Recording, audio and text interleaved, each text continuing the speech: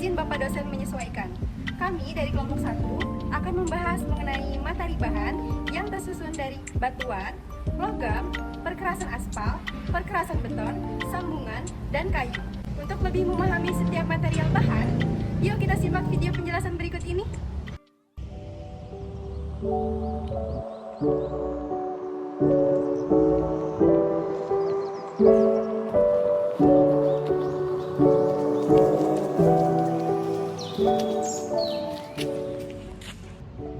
Pada kesempatan kali ini, saya, Taruni Muda Cinarang Gunamayanti, Nota 2101081, kelas Transdar 111, akan membahas mengenai batuan. Seperti yang kita ketahui, bahwa batuan adalah benda alam yang tersusun dari mineral penyusun kerak bumi yang menyatu secara padat maupun berserakan. Saat ini, saya sedang berada di pabrik pengolahan tambang batu kapur PT Serbaguna Jaya yang berada di Desa Sukamulya, Kabupaten Sukabumi, Provinsi Jawa Barat. Batu kapur atau batu gamping adalah batuan sedimen yang terbentuk dari mineral kalsit dan aragonit yang terbentuk melalui 3 cara utama. Yang pertama adalah akibat proses pembatuan atau litifikasi. Yang kedua adalah pengendapan karena aktivitas biogenik, dan yang ketiga adalah pengendapan dari lautan.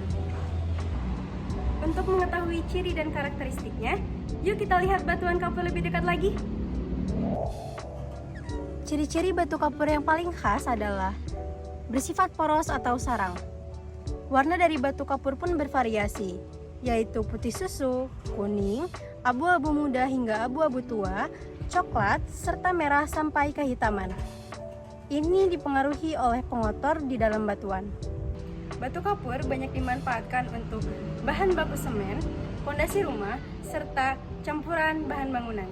Sehingga batu kapur memiliki peran cukup penting dalam pembangunan infrastruktur di Indonesia. Demikian pembahasan mengenai batuan. Terima kasih.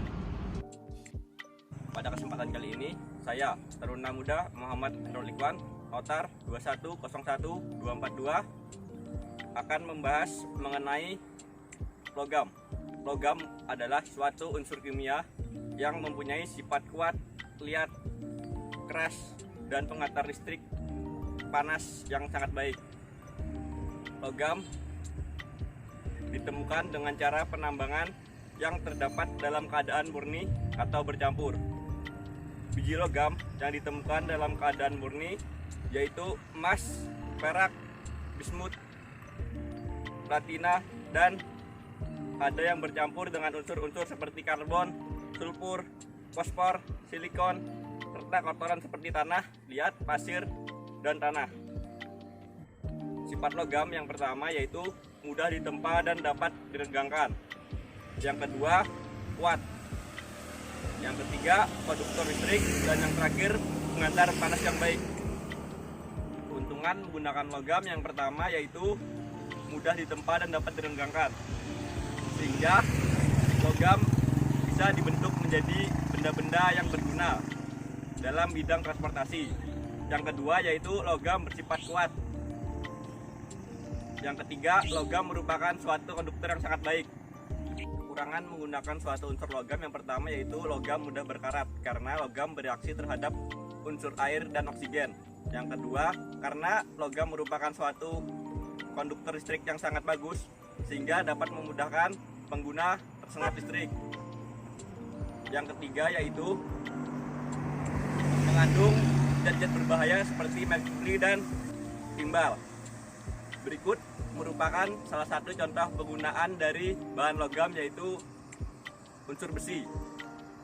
Dapat dilihat di gambar sebelah sini, atau salah satu penggunaannya yaitu sebuah rambu lalu lintas, di mana menggunakan suatu unsur besi yang kuat dan kokoh sehingga akan tahan lama dan awet untuk penggunaannya. Kemudian di sini terdapat sebuah pembatas dari jembatan yang dimana memiliki sifat kuat dan kokoh sehingga pengguna menjadi aman dalam berkendara. Sekian penjelasan saya mengenai logam. Terima kasih. Pada kesempatan ini, saya Taruna Muda Muhammad Ajwar Naparin, Notar 2101240, akan membahas mengenai perkerasan aspal. Perkerasan aspal adalah perkerasan yang menggunakan bahan campuran beraspal sebagai lapisan permukaan, serta bahan berbutir sebagai lapisan di bawahnya. Perkerasan aspal memiliki sifat lemah terhadap genangan air. Seperti yang kita lihat, perkerasan aspal yang ada di samping saya ini, perkerasan aspal ini mengalami kerusakan jenis lubang. Kerusakan ini terjadi karena retakan-retakan kecil yang tidak diperbaiki sehingga air dapat meresap dan membuat lapuk lapisan-lapisan aspal ini. Akhirnya menyebabkan aspal ini berlubang. Lubang yang awalnya kecil ini bisa berkembang menjadi lubang yang lebih besar dan menyebabkan bahaya terhadap pengguna jalan lain apabila tidak diperbaiki sesegera mungkin. Bagaimana cara memperbaikinya? Cara memperbaiki perkerasan aspal di sini adalah dengan membuat atau memperbaiki drainase yang ada di pinggir jalan ini agar air tidak menggenang di permukaan aspal dan menyebabkan aspal berlubang. Selanjutnya, lubang pada aspal tersebut dapat diperbaiki dengan membersihkan lubang dari air serta dari material-material yang lepas. Setelah itu, bongkar lapisan permukaan dan pondasi sampai lapisan terkokoh. Barulah kemudian tambahkan lapisan pengikat atau tack coat. Kemudian isi lubang ini dengan campuran aspal dan lakukan dengan cermat. Selanjutnya padatkan lapisan campuran aspal ini lalu haluskan permukaannya sehingga sama rata dengan permukaan jalan lainnya. Mengapa demikian? Karena jika lubang yang ditambal tidak dibersihkan dan tidak dibongkar terlebih dahulu, maka aspal akan berlubang kembali setelah ditambal dan umur aspal tidak bertahan lama. Demikian pembahasan saya mengenai perkerasan aspal.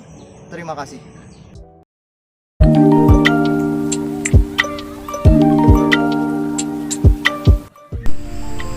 Pada kesempatan kali ini, saya Taruna Muda Binsar Maranatha Bate, Notar 2101072, kelas TD 1.11, akan membahas tentang perkerasan beton.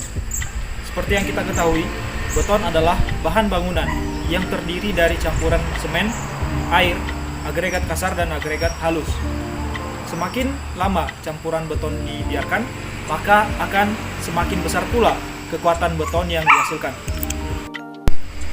Adapun bahan campuran atau seperti yang telah saya perkenalkan tadi, campuran-campuran dalam beton, yang pertama adalah agregat halus atau yang disebut dengan pasir, adalah hasil diintegrasi alami batuan atau pasir yang dihasilkan oleh industri pemecah batu dengan ukuran kurang dari 4,76 mm.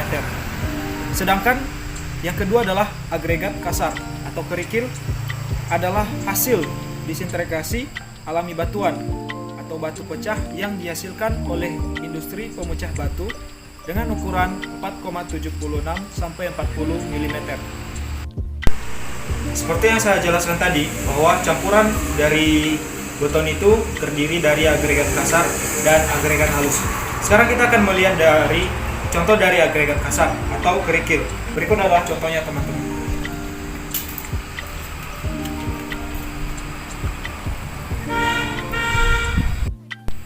Baik teman-teman, selanjutnya adalah agregat halus atau yang disebut dengan pasir. Pasir ini adalah hasil disintegrasi alami batuan yang memiliki ukuran 4,76 mm. Dapat kita lihat contohnya pasir.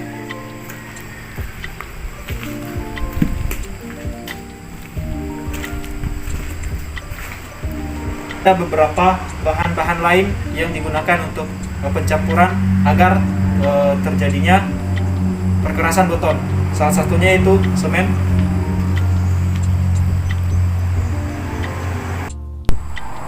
Berikut adalah contoh dari pengujian perkerasan beton. Ini adalah beton yang telah ditimpa oleh pohon dan kita melihat bahwa beton ini tidak hancur seluruhnya, namun hanya terkena dampak di bagian atasnya. Dari sini dapat kita simpulkan bahwa pencampuran komposisi beton yang tepat dan juga apabila beton itu didiamkan campurannya lebih lama, maka akan menghasilkan beton yang lebih kuat. Demikian pembahasan mengenai perkerasan beton. Terima kasih. izin dosen menyesuaikan, izin memperkenalkan diri. Nama Taruna Muda Rizky Raja Alessandro, notar 2101340 dari peleton TD 1.11 nomor absen 19. Pada kesempatan kali ini saya akan membahas materi ilmu bahan terkait dengan sambungan. Sambungan bisa dilakukan dengan beberapa alat seperti paku, baut, dan kegiatan pengelasan. Nah, yang menjadi fokus pada video kali ini adalah kegiatan pengelasan. Pengelasan adalah kegiatan menyambungkan kedua benda dengan cara memanaskan baja pada suhu lumer atau meleleh dan menggunakan ataupun tidak bahan pengisi yang ketika suhu dingin kedua benda tersebut akan menyatu dengan baik. Supaya lebih jelas, saya akan berikan contoh dari kegiatan pengelasan. Sepeda. Siapa yang tidak kenal dengan alat transportasi yang sangat ramah lingkungan satu ini? Pada sepeda, yaitu pada bagian batang, bisa kita lihat pada bagian depan, teknik sambungan yang digunakan oleh pembuat sepeda ini adalah pengelasan. Untuk jenis las yang digunakan dalam menyambungkan bahan sepeda ini adalah las karbit atau las otogen, di mana las ini memakai bahan pembakar dari gas oksigen sebagai zat asam dan gas asetilen atau gas karbit. Teknik pengelasan lebih efektif dilakukan untuk sepeda dibandingkan dengan menggunakan baut ataupun paku.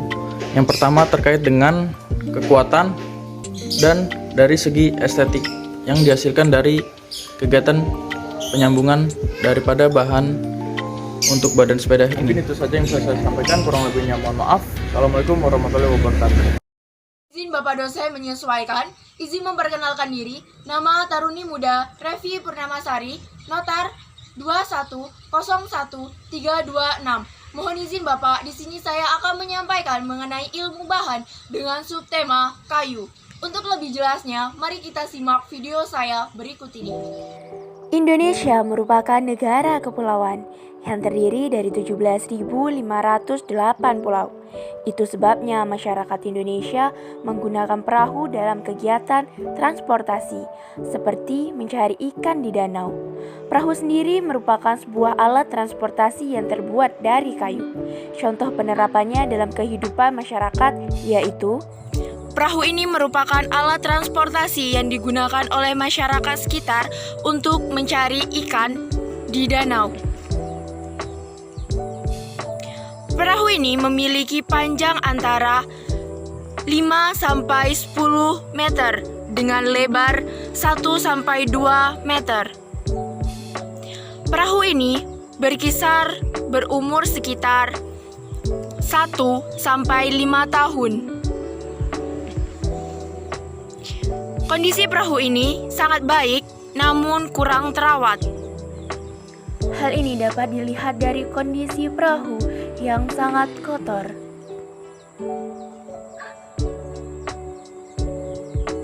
Sekian video dari kelompok kami mengenai ilmu bahan. Sampai jumpa pada video kami berikutnya. Terima kasih dan wassalamualaikum warahmatullahi wabarakatuh.